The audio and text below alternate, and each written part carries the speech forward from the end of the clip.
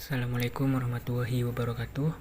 Nama saya Muhammad Rafli Ramadan, NIM 108. Di sini saya akan menjelaskan mengenai tugas mandiri keamanan informasi kelas B. Yang pertama itu untuk penanggulangan serangan DDoS.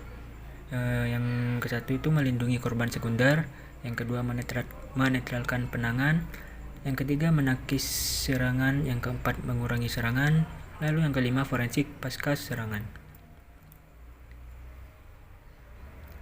Selanjutnya tindakan penanggulangan DOS atau DDoS. Lindungi korban sekunder, install perangkat lunak antivirus dan anti-trojan dan mempertahankan agar ini tetap mutakhir. Tingkatkan kesadaran tentang keamanan masalah dan teknik pencegahan di semua pengguna internet. Nonaktifkan layanan yang tidak perlu, lalu hapus instalan aplikasi yang tidak digunakan dan pindahi semua file yang diterima dari sumber eksternal.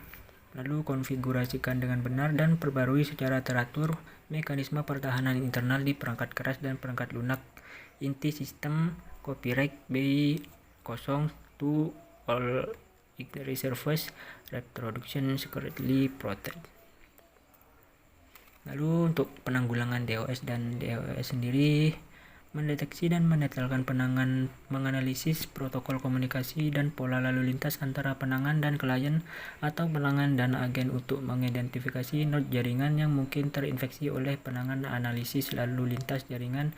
Biasanya ada beberapa penangan DDoS yang disebarkan sebagai perbandingan ke jumlah agent.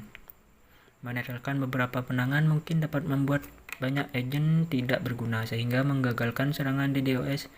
Netralkan penangan botnet sumber palsu Anda. Kemungkinan yang layak bahwa alamat sumber palsu dari paket serangan DDoS tidak akan mewakili alamat sumber yang valid alamat subjaringan tertentu.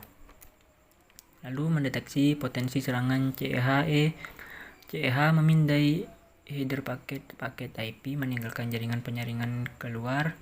Lalu penyaringan keluar memastikan bahwa lalu lintas tidak sah atau berbahaya, tidak pernah melindungi dari serangan banjir yang berasal dari prefix valid atau alamat IP, dan penyaringan masuk jaringan internal memungkinkan pencetus untuk dilacak ke TCP sebenarnya.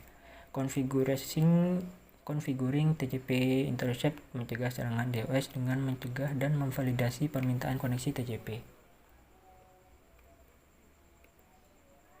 Meningkatkan bandwidth pada koneksi kritis untuk menyerap lalu lintas tambahan, beban keseimbangan pada setiap server.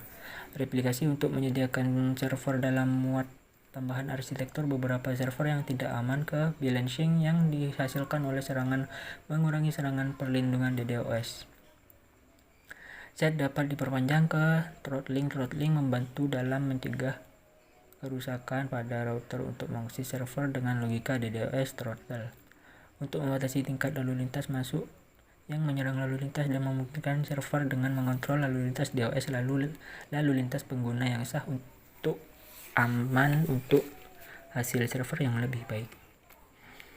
Lalu pasca serangan forensik CEH, pola lalu lintas serangan DDoS dapat membantu administrator jaringan untuk mengembangkan teknik penyaringan baru untuk mencegah lalu lintas serangan memasuki atau meninggalkan jaringan.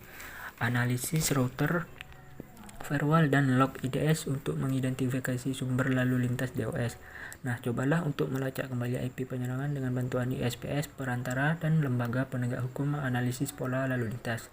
Data dapat dianalisis pasca serangan untuk mencari karakteristik khusus dalam lalu lintas yang menyerang dengan menggunakan karakteristik ini. Hasil analisis pola lalu lintas dapat digunakan untuk memperbarui tindakan penyeimbang beban dan pelambatan hak cipta tujuan IB1B. Semua jenis reproduksi yang dicadangkan dilarang secara ketat. Teknik untuk melindungi dari CH botnet, Cisco IPS, Source IP Reputation Filtering, penawaran pencegahan DOS dari ISP atau layanan DDoS RFC 3704, filtering black hole filtering setiap lalu lintas yang datang dari alamat IP yang tidak digunakan atau dicadangkan adalah palsu dan harus difilter di ISP sebelum masuk ke tautan internet. Nah, Cisco IPS secara teratur memperbarui basis datanya dengan lalu lintas filter ancaman yang diketahui berdasarkan basis data pengintipan DHCP atau IP pengikatan sumber yang dimaksudkan yang mencegah bot untuk mengirim seperti botnet, permanen botnet penerima, malware penyaringan lubang hitam, dan lain-lain, dan membantu dalam memfilter paket lalu lintas palsu DOS. Untuk cara mengaktifkan TCP intercept pada Cisco IOS software,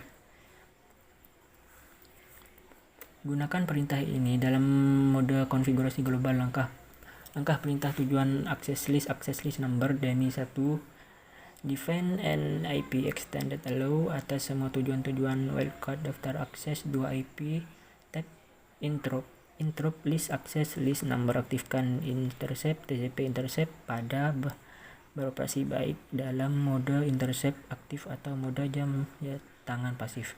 Standarnya adalah mode intercept. Perintah untuk mengatur mode intercept TCP dalam mode konfigurasi global.